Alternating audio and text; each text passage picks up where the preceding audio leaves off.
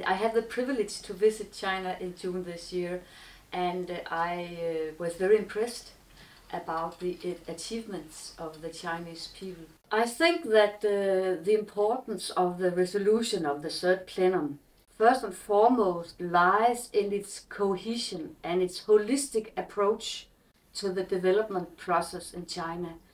So I think it's very difficult to single out one aspect from the other, because I think they are all interconnected.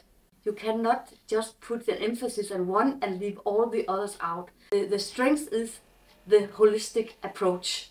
But if I should say something about some of the resolutions, I would focus on the people-centered approach it takes in every aspect, because I think it's kind of a red line, a thread in the resolution, the people-centered approach. As I read it, you are more or less now involving the Chinese people and the Chinese society in a kind of building of a social well-being, or you could say a welfare society in China. This is the new development, you might say. See it in different ways and in many initiatives and steps which are put forward in the resolution. That approach is, in my opinion, very important. But I also want to add that the whole process of making this resolution is interesting, in my opinion, because it was a month-long process involving consultations with other organizations, individuals, professionals and others who might have a word to say about the content.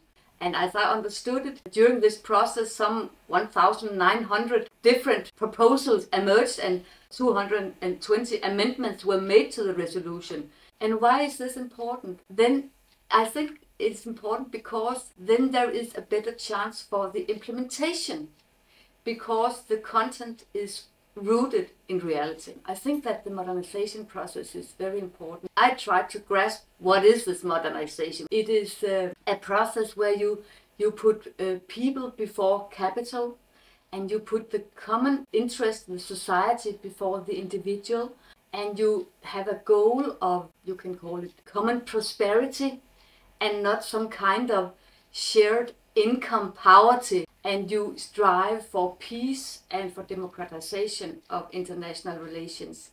I think these are more or less the axis, the core of the Chinese modernization. The Chinese socialism with Chinese characteristics is built in China.